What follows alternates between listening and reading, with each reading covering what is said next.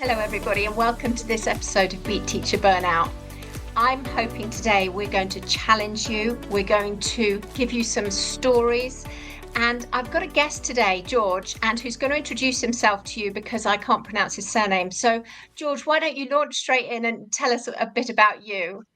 Thanks. A very good day to everybody. I'm George Athanasiou. I am a former head teacher and a local authority advisor, and now I'm an educational consultant working across settings of schools, different platforms. I work in the corporate world as well as in education, specializing in wellbeing, leadership, and inclusion in no particular order either. They're my three specialisms that I enjoy and I work with, along a whole host of other activities and projects that I get involved with. Brilliant. Well, thanks, George. And I guess I want to start today by asking, you've got a huge amount of experience over the years in education. What's your experience of burnout or stress? And why have you gone into the sort of teacher well-being, leader well-being space? It seems to me that we are losing the most incredible practitioners so regularly, so frequently, and it's quite frightening. I work with leaders who are saying to me, George, help me. What do I do to retain my team? What do I do for looking after the team? How do I maintain the great practitioners that we have? Because one, recruitment is a nightmare, and two, retention is equally as difficult. So I always go back to the grassroots of what is the foundation of well-being. We throw around this word well-being all of the time, but I don't think we really understand it, if I'm honest, Rowena. And this is something that I would like to be talking a little bit about today in this episode. When we look at leaders, it is the leaders that are the most influential people. So although it's the leaders that are saying to me, I'm losing staff, I can't recruit, I can't retain them, actually it's also the leaders that are pushing out and leading, that change, that drive, and they're putting the pressures on our practitioners. Now, of course, it is our leaders who are also under enormous and immense pressure. And some of the strategies and ideas that I'm going to be talking about with you today is for humans. They are for humans. They aren't just for a specific, only the teachers can access these. Because when the leaders start taking care of themselves and they're not burning out, then funnily enough, it follows suit. And now the staff team are equally not burning out as well. So, gosh, I mean, it's frightening, as I've said to you. We look at different practitioners. I go into big schools, small schools, secondary schools, primary schools, nurseries. I work with further education teams, and everyone is just exhausted. We seem to be on this constant countdown for the next half term. And, as you know, I'm sure when this gets aired, we've just returned from a half term. It's a Monday morning. We've had a wonderful week off. Lots of practitioners will be returning this morning with a real punch in the stomach, a real heartburn of, gosh, it was so wonderful last week. I had a lay-in. I went to a gym class during the day. I was able to spend some time with my family and the people I love. And I just watched rubbish on television. And we don't get time for that. We're back this morning and we're trying to inspire children. I don't know what the weather's like where you guys are, but here it's miserable, it's wet, it's rainy, and I'm in a WhatsApp group with some people I go to the gym with, and someone said, oh, is anyone doing the gym at 6 a.m. this morning? Oh, what a way to start back to school. And I just thought, oh my gosh, what an energy, what a weak energy. How do we transform this and actually move into reality of, I want to thrive in what I'm doing all of the time? So I use that phrase a lot, actually, thriving over surviving. Surviving is waking up in the morning, running that monotony, that packed lunch, that teaching that year 10 lesson, teaching, maths to kids that really don't want to be there, that have had a really unusual turn of events, or possibly not unusual now. But that whole idea of then just running the motions, thinking, gosh, it's Thursday tomorrow, thank goodness. Now it's Saturday, I can have a bit of a lay in. Oh, should I be going to the gym? And I'm almost feeling a bit guilty for watching, Hocus Pocus on the TV. That sounds madness, but there's this guilt, isn't there, that runs through us. And I want to help people, as I'm sure you do, which is what this is all about today, in thriving what we do, waking up and thinking, gosh, another day, I'm so delighted. So let's talk some ideas as we go. Yeah, I mean, I love that. You've picked up the guilt that educators have. You've Constant. picked up on, the statistics at the moment is 74% of educators are significantly stressed. And of those, 84% of the school leaders are significantly stressed. And I recently spoke at a conference and I said to all the leaders in the room, so if over 80% of us in this room are significantly stressed, have a look around at each other. How do you look? And they looked around and they just said, well, we all look tired, but normal.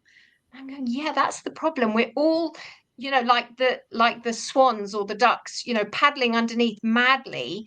But actually what's happening a lot of the time, because of the guilt and the not feeling good enough and being worried you're going to get caught out, we are going further and further into this awful decline of huge levels of stress, which then leads to burnout if we don't find ways to thrive. And I guess for me, my passion is, I made a course and no one did it because the teacher said to me, this is absolutely brilliant, Ro, but we haven't got time to do it.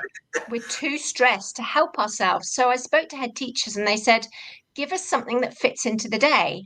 So I've just got a course coming out now, actually, which is 5 minutes at the start of every staff meeting.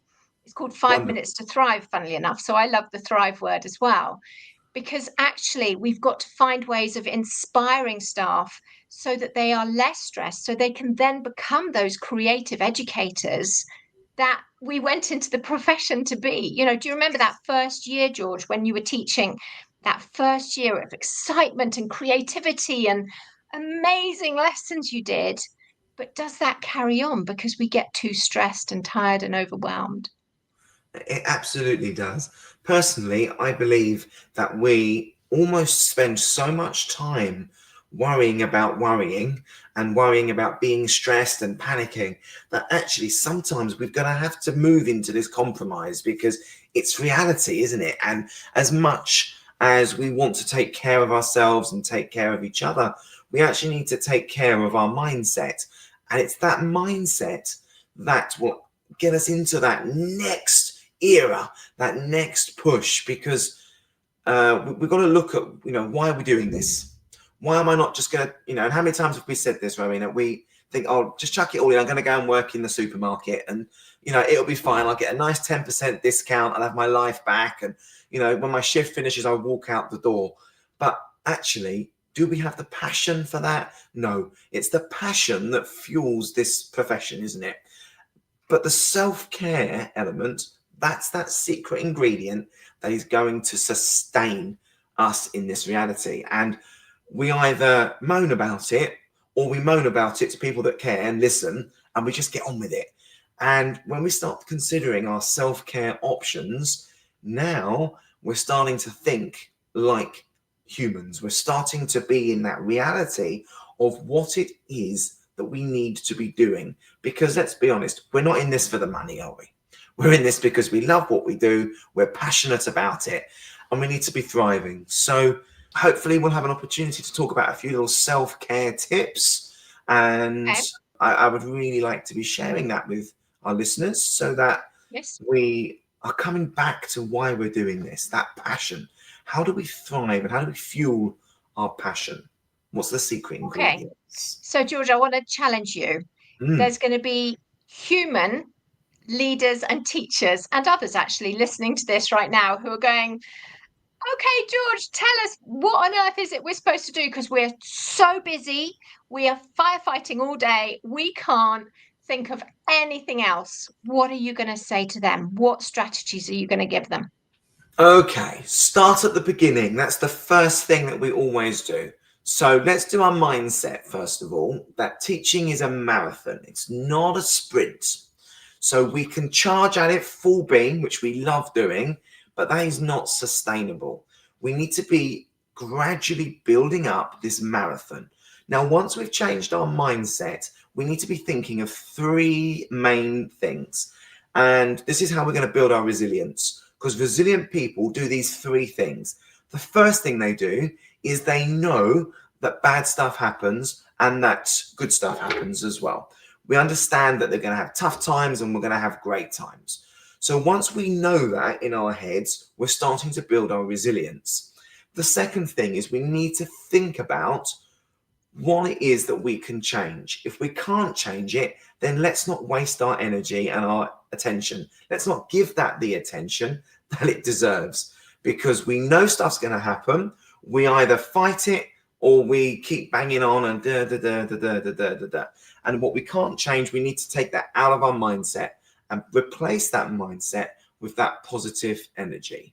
And the third thing that resilient people do is they say nice things. They say nice things to themselves. They are kind to themselves.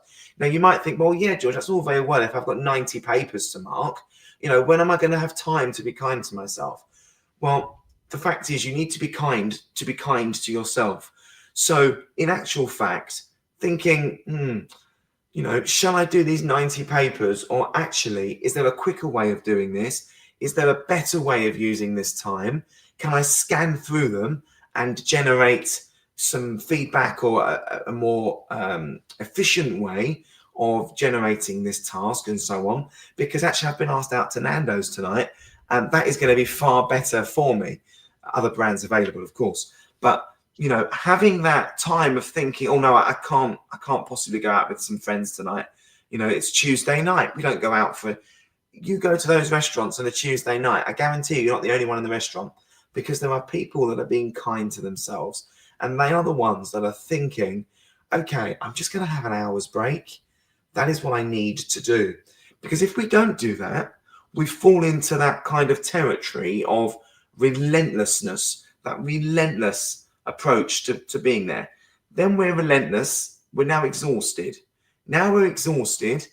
We're useless. We can't do anything. All we can do is moan to anyone that will listen. And guess what, guys? People aren't interested, and I mean that with the greatest of respects. People are so busy, people are so caught up in their own worlds that they'll listen and they'll nod. I was talking to a teacher the other day, and she said, I'm so fed up of hearing it. I stopped giving advice now, because every piece of advice, people keep coming back to me, and it just extends out. So what I now do is I come back to the grassroots and I just validate people's feelings. I think that's really powerful. I've completely digressed there, Rowena. Sorry about that. But once we've got that mindset change, that's number one. The second thing. Can I stop you a minute? Oh, of course, please do. Okay, before you go on to the second thing, I would suggest that for people who are in a very significant place of stress, that is a very difficult thing to shift your mindset. So I spoke to someone yesterday, and they were in such an extreme level of stress and, frankly, burnout. They couldn't see the situation they were in. They couldn't see their thoughts, their actions. Their anxiety was so high. They were so in their head. So how do you help people who are in that place? Because there are a lot of educators in that place, whatever level we're talking about, who can't almost, I suppose, like me, when just before I burnt out and, I lost vision in one eye, I lost use of my arms. It was very significant sort of heart attack symptoms. I didn't stop to think, hold on a minute, how am I living here? How am I thinking and acting and choosing to be? So how do you get people into a space where they can have that deeper level of reflection and thoughtfulness? It comes to self-care, ultimately. You've got to go back. So yes, the mindset stuff is wonderful, and I hear exactly what you're saying, but there's a step before that, isn't there? There is a step before that.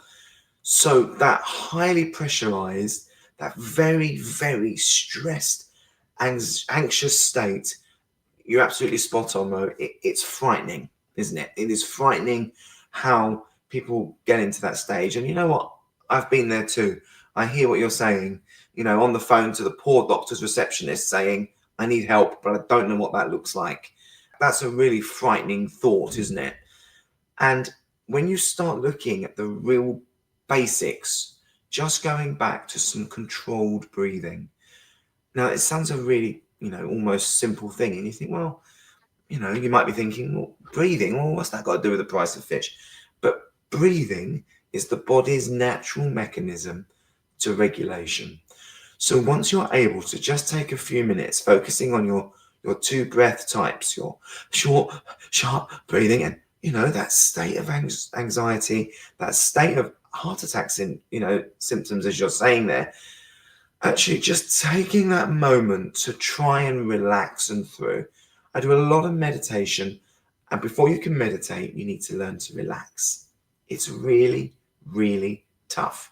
No one is saying that it's easy to relax, but step one for that is going to be your breathing, and just closing your eyes, laying on the floor, whatever you need to do, and just be focusing on pushing that diaphragm down, really expanding yourself and exploring what it is that needs to happen. Once your body is breathing right and the regulation is in place, now the mind can start to think. And it is that thinking process of allowing yourself some time to just be working through the thought process of what is my first step. Don't worry about trying to organize the whole journey. That's going to happen naturally. That will happen organically. But the starting point, focusing on the end goals. What do I want to achieve? I want to actually be thriving in my role. Okay, how does that make me feel? What are the feelings that surround that? So we focus on the future. We're going to ignore the journey, but we are going to consider that first step. How do I get from the first feeling of what is it I want to achieve next? What's a logical thought? Well, the next thing is to get my breathing right. The next thing, I need to get rid of this headache. I need to get rid of this stress or this shoulder pain or whatever it is that I'm working. When we come back into that mindset, one step at a time. Okay. I walked into a HR office. It's a big academy trust that I work with. They look after 7 secondary schools, and there's one director of HR, and he's got a small team that support him. It was July time. It was that unbearable heat in a non-air conditioned office, and he had all of these whiteboards around him with all of the staff that have resigned, all of the staff that needed to be replaced, paperwork like this of applications. You had to try and shortlist and da-da-da. And I said to him, where do you start? How on earth do you regulate your mindset? And he said to me, George, I've just learned one step at a time. One step at a time. And I was like, yeah, as if, you do that. He said, I have to, otherwise I drown. What is the most important thing? How do I prioritize? How do I this? How do I that? He said, he smokes. I just have to leave the office and go and have a cigarette. He said, it's the best thing that helps me. And that's just thinking time, not looking at screens, not trying to engage with other people, not trying to solve other people's problems, my own problems. I just think. I allow myself that time to think. And in that thinking time, I do one thing at a time. And that is, what is first? What do I need to do first? I'm hoping, Ro, that kind of explains that in a way that's really nice. Hello, I'm Rowena Hicks, and I'm so pleased to introduce this course to you. It's a short, practical, made to fit into your current routine course that I hope is going to help you, because I know time is precious. Staff are frazzled at the end of the day, but actually this fits into what you're doing already. So why me? Why this? Well, I burnt out after 30 years in school as a teacher, a Senko, a specialist teacher, even an advisor, and then a leader. I burnt out. I loved it. I was passionate, but I had to leave. And that just breaks my heart. Teachers are leaving and they're going off sick. This has to stop. So what I've designed is 5 minutes at the start of each staff meeting. You can give your team something small and powerful to build momentum. You'll build their confidence. You'll improve their well-being, their team dynamics, their energy. You reduce stress and overwhelm. And you're building habits to increase productivity, energy, and joy. So each week, there is a short action sheet, because really there isn't going to be any change without action, is there? But there's no extra cost. You're going to be consistently investing in time together to shift how staff feel. Are they seen? Are they valued? Are they heard? Give them a voice. These are small micro-culture changes. You're going to be building your staff team, and you're going to enable them to thrive. This isn't a well-being bolt-on. It's a culture-shifting tool built for real schools by someone who's really walked it. So let's stop staff from leaving, and let's help them to flourish and thrive in their roles. Yeah, Okay. and I think you're going back to what you said at the start of, that's actually you being kind to yourself, in Mhm. giving yourself that space. That is a kindness as well, and recognizing that we do have to be kind to ourselves. And the only thing I would add to that is, what helped me to heal was journaling. So when my mind was just going and all the failure and the shame and all of that stuff that came with the burnout and letting my team down and feeling a failure, it was actually journaling. So I then wrote a journal, a year's journal for teachers who could. It's about gratitude, it's about spotting the good things, it's about noticing your impact, and actually it just starts to bring energy and a bit of clarity to your mind and what matters to you. But let's go on to step 2 before I interrupt you anymore. So the step 2 is now those building blocks. So I've got a strong mindset, and now I need to be thinking about aiming high all of the time, and that, enough is never enough, and I want to keep striving forward and moving in. So I've got a nice strong mindset.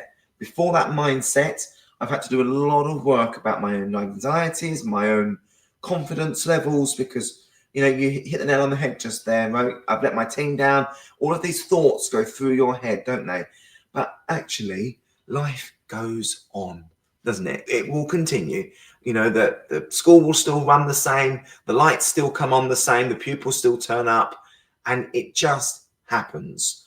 And just a very little side anecdote here. I was talking to a director of education for a local authority, and I said, "Oh my gosh, your email box must be horrendous. How do you get through?" And she said, "Oh, I get between 400 and 500 emails a day." She said, "So, I just have to accept that that's how it works." And I said, "But how do you cope with that? How do you not let everybody down and reply?" She said, "Well, I've learned, George, emails can wait." Oh, wow, okay, what else can wait? Actually, that's quite important, isn't it? What does wait? So we've got that building block at the beginning. We're changing our mindset. So it's almost a third thing, actually. And this is now about those building blocks. How am I going to feel successful today? I've got a great mindset. I've spent a lot of time working on that. What am I going to do? And sometimes I've got to learn this principle too, that I need to break some eggs to make omelets. And, I can't, not everything's going to go right. I'm going to have to stop and say no to some things. "Oh, would you mind doing a lunchtime club cover?" "I'm really sorry, I can't." And then I need to recognize within that, having 10 minutes of uninterrupted lunch is a good thing, because actually working towards 15 minutes lunch, no one gets an hour, do they? And the number of times I'd be sitting and I think, right, okay, I've done a lunch duty, I've done this, as a leader. I'd go into my office, knock on the door. "Oh, sorry, George, I know you're just eating your lunch." And I would say, "I am actually eating my lunch. Could you come back in 10 minutes, please?"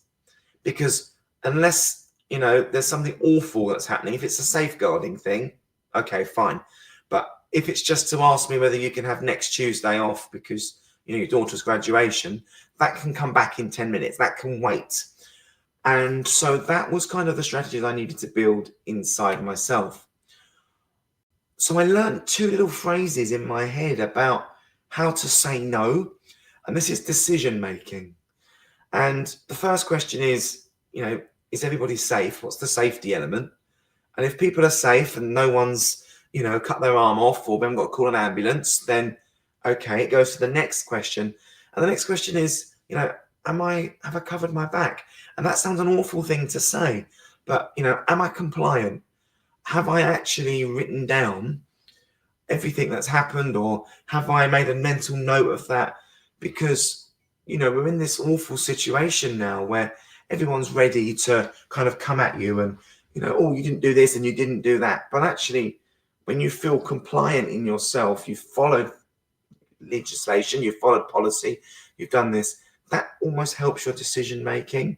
There isn't a policy anywhere in any setting, educational setting, that says you've got to miss your lunch and actually you need to go and do a lunch duty today. There is nothing anywhere that says that. But what it will say is, we've got to have a ratio of staff and well, let's look at that, and so on and so forth. But just come back to those decisions all of the time. Is the person safe? Have I covered my back? Now, that can fit into a variety of situations. And I find that personally, really, really quite helpful in my thoughts of thriving and being successful in what I'm doing. Yeah, I love that. Loads of things come to my mind around that. And one is when I spoke to some head teachers recently, we talked about how they could use their most valued strengths, because we know that we flow better if we're using our most valued strengths. And were they getting all the compliance side of their jobs done? And they were going, no, because we're firefighting all day. So all the strategic stuff and that just gets squeezed. And so I do it when I have no energy at the end of the day or at the weekend. And so we talked about the idea of having a morning off-site a week. And they looked at me and they said, are you giving us permission to do that? And I said, do you need my permission to do that? And they got together in a group and they said, well, as a group of head teachers, now we can give ourselves permission to try that, to see if it reduces our stress, because it means we're on so many levels doing what needs to be done and what we want to get done. So are you sort of saying to both teachers and leaders today, I give you permission to have 10 minutes off at lunchtime?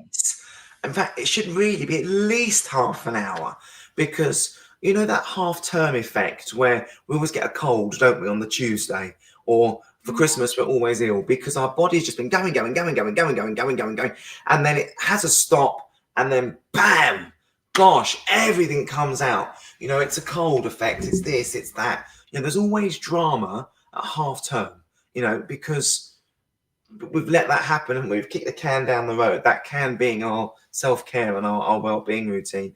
But 100%, you don't even need permission, because lunch, you've got to eat, otherwise you're exhausted. If you're not eating properly, you're not fueled, you're wasting your time in the afternoon. Even just going for a wee, do you know what I mean? You might want to have that bit out, but sometimes we think it's 4:30, I've weed once today. That's not good enough. Look at Maslow's hierarchy of need. So I think, Rowena, as we move into this next phase, I want to talk a bit about efficiency, because as a head teacher, I was just bombarded constantly. Parents, staff. Never the children. The young people gave me no problems. Never, very, very rarely was there a thought where I thought, gosh, I haven't got the time for this, because it was that constant parents. And in the end, I just used to block out an hour on a Tuesday morning, my 9:30 to 10:30 slot. And in that slot, I just dealt with, and forgive me for saying this, nonsense. The emails that were just constant, that my school was the least deprived school in the county. It had 0% pupil premium. We had a lot of entitlement. There was a lot of wealth. My gosh, was there wealth. But with wealth came a lot of boredom. So I would have parents that would look on my school website, and then they would say to me, oh, your gifts and hospitality policy has got, it's got, a couple of typos in it. And I used to think, have we even got a gifts and hospitality policy? Oh, yes, we have got one. Okay, thank you for letting me know. I had an email once from a parent that complained 5 paragraphs about how her child had a sleepless night. I was a detrimental effect to her pupil. And I thought, oh my gosh, what on earth has happened? And it was because we had run out of avocado on the salad bar. Now, which school has a salad bar? Which school puts avocado on it? It was so ridiculous that it took 5 paragraphs, detrimental, and it actually really got me thinking about reality. You know what? Put yourself on a bus and go to the local hospital where children have got days to live. You know, as awful as that sounds, that is reality. Some people are dealing with some dreadful stuff. The fact that we're even offering avocado, you know what I mean, is a thought. So, you know, my avocado effect, I like to call this. My point here is it was swallowing me up. It was taking so much of my time and my attention. I was missing key things. One child put a note under my office door one day and it absolutely crushed me. And it said, "Mr. A, when you've got time, can you come and look at my work?" So I saw this note and I thought, oh, why didn't he knock? So I went down and I said, "Oh, Jack, you know, everything all right, my boy? What's happened? You know, should see your work?" Made lots of fuss. And he went, "I've been up to your office 4 times and every time your door has been closed." And I said, "Oh my gosh, I'm so sorry. I had a meeting today." He went, No. I've been up there 4 times this week and your door is closed every time." And I was actually dealing with a complaint from a parent that had no issue. Like, there was no problem. Wanted to take us to court because a pupil needed it. It was nonsense. And I had been swallowed up by this person. I'm probably completely waffling now. But what I want people to hear is that this happens. And we need to be strong enough and bold enough to say, "I'm sorry, I haven't responded to you in that 9:30 to 10:30 time. I haven't been able to do this. I haven't been able to do that," because it's not important to the young people that I serve every single day. If I'm exhausted, that is important because I'm not going to give those young people the best that they deserve. So, you know, it appears to me that we can have this, we can do this, but actually we need to be efficient with our time. A great quick strategy here for everybody. You know, you can have that list of teaching standards, all of those things that we need to be doing okay, they're wonderful. They are absolutely wonderful. But no one can do that. No one that's human anyway can do that. So bring it down to 3 things in every lesson you do. I'm a dancer, so everything's dance related. So I have the cha-cha-cha. Now, the cha-cha-cha stands for 3 things: children, choice, and challenge. Now, when I'm designing teaching, when I'm in lessons, and I still teach, I still have a part-time role in schools, and I teach a year 5 class, and I love it. But children, have I considered every child in this class? Have I thought about, you know, the child with the vision impairment? Have I thought about the child that, you know, is going through a real bad time at home? Consider all of the children. The next thing is choice. Give children choices in their learning. Don't put ceilings on it. You know, okay, we're going to write instructions. We don't all have to write because 3 of the kids are reluctant writers. And actually, it's going to be absolute burnout for me trying to engage them. If they want to do it as a comic strip, great, go for it, because the outcome is instruction writing. And the third one is challenge. Give every young person a challenge. They all deserve challenge in their lessons. Otherwise, they're bored. Then you're dealing with behavior management and so on. The cha-cha-cha, children, choice, challenge for everything you do as a teacher. Moving on from efficiency, please use AI. Don't see it as cheating. Learn it professionally. Learn how to use it properly. Be mindful of how utterly brilliant it can be. It is not cheating.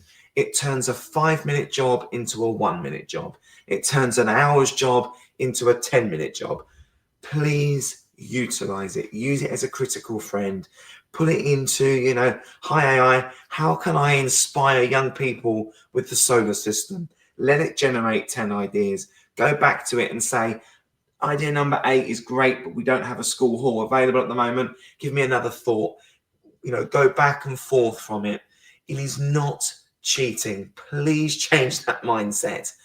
It also isn't going to replace us, okay? If it does, I'll treat you to a Nando's. AI is not to replace the human impact. It needs humans involved to prompt, to ask the output. So absolutely utilize it, but be very mindful of it. You know, use it professionally, and please get in touch if you want some top tips on how to use AI as we move into this new era of education. Yeah, I love that, George. And I actually was in a school a couple of weeks ago, and basically their tech, they were a Microsoft sort of standout school, I think. I can't remember what the label is quite, but I'm going to get them on the podcast because the way they were using technology and starting to use AI as well, but the technology was so superb Mm. that the well-being of the staff was extraordinary, and they were so excited about their lessons, and the children Wow. were just thriving in their learning. And it just put a whole new take for me on how we can do education and not lose our creativity because we're so exhausted. And George, I want to respect teachers and leaders who say they want this around 30 minutes, but I wonder if you'd come on for a follow on, because I think you've got so much that we could go into. Because I think, for example, the cha cha cha idea, everyone's going to take that away because that's easy to remember. Because when I spoke to one teacher, it was about a year ago, and she was going to leave. And she was only, I think, 3 years in. And I said to her, "Why are you leaving? Don't." And she said, I love being with the kids, but I am so overwhelmed. And I came in because I loved the creativity side of it. That was her absolute most valued strength. And she said, I can't be creative anymore. I am just squashed so far to try and be compliant. And I said, try for the next week to do one super creative lesson a day. And the rest of your lessons can be good, but they don't need to be super creative. And she came to me at the end of that week and she goes, I've got it back, and I've got my creativity back, Amazing. because we can't be awesome teachers if we lose that passion and that creativity. And that's what stress does. Absolutely. It's that reality again, isn't it? First of all, accept that we can't be, all singing, all dancing. And the second thing is, you're right. I'm not being creative. I've got to look at my stress levels. I would just like to end on my little pocketbook. This is a Wellbeing pocketbook. It's downloadable. I'm very happy to send you the PDF to attach to any of our platform here. It's just a creative way, really. It's a A4 document that's folded up, and they're all the top tips, ways of breathing, all of that basic stuff at the beginning, positions that we can put our body into to just think, and some other little great ideas in there. So my little Wellbeing pocketbook. I love that. Thanks, George. So what I'll do is I have a newsletter that gets sent out from my website. So do, if you're listening to this, do subscribe to that, because then you'll get George's pocketbook as well in the week Brilliant. this comes out. And it's also on LinkedIn. So I'll see if I can attach it on LinkedIn. I don't know if I can, but I'll have a try. So George, thank you for sharing so much. If people want to get hold of you, what's their best way of finding you? So LinkedIn is a great way if you can spell my surname. That's the best, quickest way of getting hold of me. I also have a website which is educationalconsultancy.net, and I have an email address, of course, or can all be found on my website. But I'm George at educationalconsultancy.net. But please feel free to reach out to me, even if you just want to jump on a call and just have a 10-minute conversation about the cha-cha-cha, or the ways that you can drive and strive forward. But thank you, Rowena. I've loved being part of this today, and I'm looking forward to being invited back. Thank you. Okay, thanks, George, and thanks everyone for listening. See you next time. Thanks for listening. I hope you took something of value from today. If you want to connect, I'm at rowenahicks.com, or I have a Facebook group, which is Preventing Teacher Burnout. So I look forward to connecting to you at one of those.